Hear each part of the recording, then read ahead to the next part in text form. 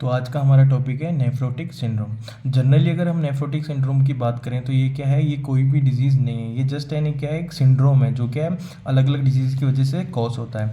मैं आपको एक सिंपल लैंग्वेज में अगर बताऊं कि नेफ्रोटिक सिंड्रोम क्या है एक सिंगल लाइन में, तो नेफ्रोटिक सिंड्रोम क्या है, कुछ भी नहीं है, एक क्या है, सिंड्रोम है जिसकी वजह से क्या होता है कि जो पेशेंट है उसके अंदर क्या आ जाता है, एल्बुमिन प्रोटीन की क्या आ जाती है, कमी आ जाती है। वो कमी क्यों आती है? क्योंकि जो पेशेंट के अंदर जो प्रोटीन एल्बुमिन है वो क्या हो जाता है, पास आउट हो जाता है एक्सेसिव अमाउंट में। और किसके थ्रू पास हो जाता है? यूरिन के थ्रू। अब हम बात कर लेते हैं थ्योरी के अकॉर्डिंग कि nephrotic syndrome is a kidney disorder. ठीक है, कि ये क्या है, एक किडनी का डिसऑर्डर है जिसको हम करेक्टराइज करें कि किस हिसाब से पहचान सकते हैं कि ये क्या है, नेफ्रोटिक सिंड्रोम वाला पेशेंट है। तो हम कैसे पहचानेंगे कि एक्सेस लेवल में उसका क्या होगा, प्रोटीन का लॉस होगा, जिसको हम क्या बोल सकते हैं, प्रोटीन यूरिया होगा, जो क्या लीड करेगा, हाइपो एल्बुमिनिया। जैसे कि मैंने तो आपको बताया था कि कौन सी प्रोटीन का लॉस होगा, एल्बुमिन का। जब बॉडी के अंदर से एल्बुमिन प्रोटीन बाहर जाएगी तो उसकी क्या आ जाएगी, शॉर्टेज आएगी, जिसको हम क्या बोल सकते हैं, हाइपो एल्बुमिनिया। अगर हम बात करें इसको और सिंपल लैंग्वेज में तो क्या क्या कह सकते हैं, low level of the albumin protein in the blood. यानी कि ब्लड के अंदर क्या हो रहा है, एल्बुमिन प्रोटीन की क्या आ रही है, डेफिशिएंसी आ रही है। देन हम बात करते हैं इसकी वजह से और क्या कॉज होता है, एडिमा कॉज होता है। एडिमा को हम सिंपल लैंग्वेज में क्या बोलते हैं, स्वेलिंग बोलते हैं। एंड क्या होगा, हाइपर लिपिडीमिया। जब बॉडी के अंदर से प्रोटीन निकल रहा है तो बॉडी तो अपनी नीड कहीं ना कहीं से पूरी करेगी, तो वो नीड पूरी करने के लिए वो क्या करेगी, फैट का क्या करेगी, ब्रेक डाउन करेगी, जिसकी वजह से बॉडी के अंदर क्या हो जाएगा, जो लेवल है लिपिड का यानी कि फैट का, वो क्या हो जाएगा, इंक्रीज हो जाएगा, जिसकी वजह से हम क्या टर्म दे सकते हैं, हाइपर लिपिडीमिया, यानी कि एलिवेटेड कोलेस्ट्रॉल एंड लिपिड्स का। अब हम बात करते हैं कि ये क्या है, it is not a specific disease but rather a clinical syndrome that result from the various causes. ये क्या है, ये कोई एक स्पेसिफिक डिजीज नहीं है, ये क्या है, एक क्लिनिकल सिंड्रोम है जो क्या हो रहा है, वेरियस डिजीज की वजह से क्या हो रहा है, कॉज हो रहा है। अब एक सिंपल टर्म के अंदर अगर हम डिफाइन करें कि नेफ्रोटिक सिंड्रोम क्या है, तो नेफ्रोटिक सिंड्रोम है प्रोटीन यूरिया, नेफ्रोटिक सिंड्रोम है हाइपोएल्बुमिनिया, नेफ्रोटिक सिंड्रोम है एडिमा, नेफ्रोटिक सिंड्रोम क्या है, हाइपरलिपिडीमिया, और क्या है ये, लिपिड यूरिया। प्रोटीन यूरिया बोले तो प्रोटीन का एक्सेस अमाउंट में यूरिन के थ्रू पास आउट होना। हाइपो एल्बुमिनिया बोले तो जो एल्बुमिन प्रोटीन है उसका क्या हो रहा है, ब्लड के अंदर क्या हो रही है, कमी आनी, डेफिशिएंसी आ रही है। एडिमा हो रहा है, स्वेलिंग आ रही है। हाइपरलिपिडीमिया हो रहा है, यानी लिपिड का क्या हो रहा है, एक्सेस अमाउंट में बॉडी के अंदर क्या है, बढ़ रहा है। लिपिड यूरिया हो रहा है, यूरिन के अंदर क्या प्रेजेंस है, क्या क्या पाया जा रहा है, लिपिड पाया जा रहा है। नेक्स्ट हम बात करते हैं हमारे इटियोलॉजी की। इटियोलॉजी में हम क्या बोल सकते हैं कि नेफ्रोटिक सिंड्रोम को कौन कौन कॉज करता है, तो इसके कॉजेज क्या है, मैंने दो पार्ट्स के अंदर डिवाइड कर दिया। फर्स्ट पार्ट कौन सा है, प्राइमरी कॉज, सेकेंड कौन सा है, सेकेंडरी कॉज। जो प्राइमरी कॉज है वो क्या है, इडियोपैथिक है। तो सबसे पहले हम बात करते हैं हमारे प्राइमरी कॉज की। तो प्राइमरी कॉजेज के अंदर भी हम सबसे पहले देख लेते हैं क्या हमारा, एमसीडी। एमसीडी बोले तो मिनिमल चेंज डिसीज। ये क्या होता है, मोस्ट कॉमन होता है किन के अंदर, बच्चों के अंदर। सेकंड कौन सा है, प्राइमरी कॉज, फोकल सेगमेंटल ग्लोमेरुलोस्क्लेरोसिस। इसको हम क्या बोल सकते हैं शॉर्ट में, एफएसजीएस। यानी कि इसके अंदर क्या होगा, जो ग्लोमेरुलस है उसके जो सेगमेंट है वो क्या हो जाएंगे, स्क्लेरोसिस हो जाएगी वहाँ पे, यानी कि वो क्या हो जाएंगे, शॉर्ट हो जाएंगे, वो नैरो हो गए। तो जो पैसेज है वो क्या होना चाहिए था, पूरा ब्रॉड होना चाहिए था, लेकिन अब वो क्या हो गया, नैरो हो गया। तो यानी कि अगर पैसेज अगर आपका छोटा है और आने वाला जो अमाउंट है वो क्या है, बड़ा है, तो इस पैसेज के अंदर से पास आउट नहीं कर पाएगा। जब इस पैसेज के अंदर पास आउट नहीं कर पाएगा तो वो क्या करेगा, इसको स्ट्रेचिंग प्रोवाइड करेगा, यानी इसको खोलने की कोशिश करेगा, जिसकी वजह से क्या होगा, ये पैसेज क्या है, फट जाएगा। तो यही हो रहा है हमारी डिसीज के अंदर। अब हम बात करते हैं कि जो थर्ड प्राइमरी कॉज है वो क्या है, मेम्ब्रेनस नेफ्रोपैथी। यानी कि जो मेम्ब्रेनस यानी जो मेम्ब्रेन्स है जो फिल्टर कर रही हैं, ग्लोमेरुलस फिल्ट्रेशन रेट प्रोवाइड कर रही है, उनके अंदर क्या होगी, नेफ्रोपैथी होगी। यानी कि वहाँ की जो कैपिलरीज हैं उनके अंदर क्या हो जाएगी, वो कैपिलरीज क्या कर जाएंगे, ब्लास्ट कर जाएंगे, क्योंकि उनका पैसेज है नैरो और जो आने वाला फ्लो है वो है क्या, ब्रॉड। तो जब ब्रॉड चीज अगर नैरो से निकलेगी तो उसको सिंपल सी बात है वो नहीं जा पाएगी, इसकी वजह से उसमें क्या हो जाएगा, उसमें ब्रेक डाउन हो जाएगा।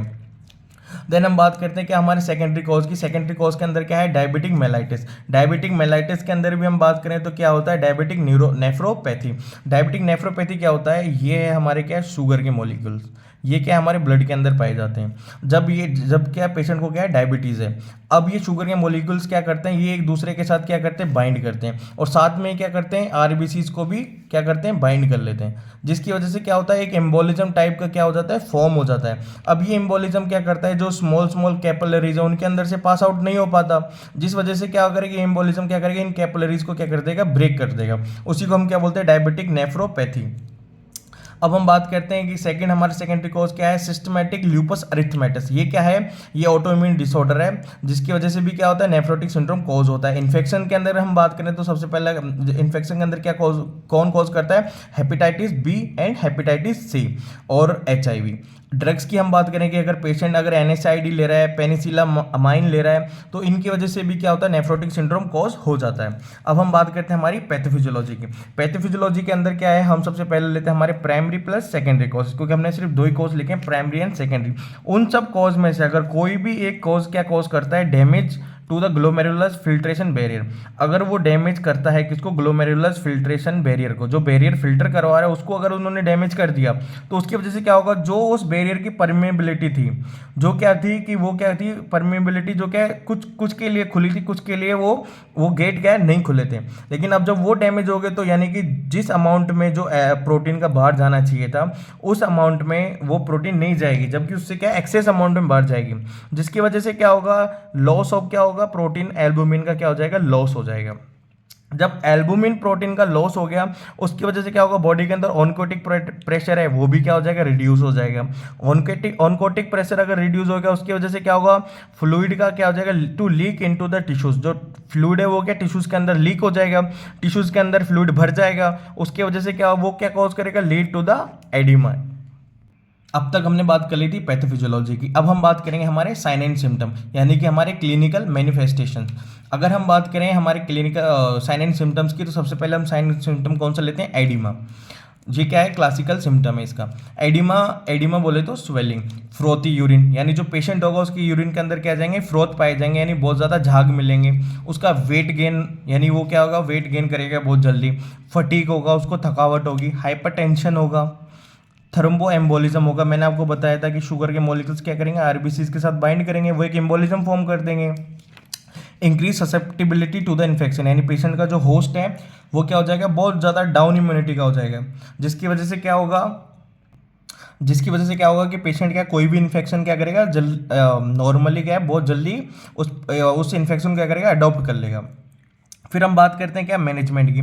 तो मैनेजमेंट को मैंने क्या किया, 2 पार्ट के अंदर डिवाइड कर दिया। एक तो जनरल मैनेजमेंट दे दिया, एक स्पेसिफिक मैनेजमेंट दे दिया। जनरल के अंदर हम क्या करेंगे, उसको डाइटरी चेंज, यानी उसको बोलेंगे कि भाई तेरा डाइटरी पैटर्न है उसको चेंज कर, यानी कि उसके अंदर क्या कर, सोडियम को रेस्ट्रिक्ट कर, यानी कि जो भी सोडियम जो चीज़ें सोडियम तेरी बॉडी के अंदर अपटेक करानी है, उन चीज़ों को रेस्ट्रिक्ट करो, उनको नहीं लेना। देन हम बात करते हैं उसको क्या देंगे, हम डायूरेटिक दे देंगे, ताकि हम क्या कर सके, जो एडिमा कॉज हो रहा है उसको क्या कर सके, हम कंट्रोल कर सकें। डायूरेटिक के अंदर एग्जांपल की बात करें, हम कौन सी दे देंगे, तो हम कौन सी देंगे डायूरेटिक में, फ्रोसामाइड।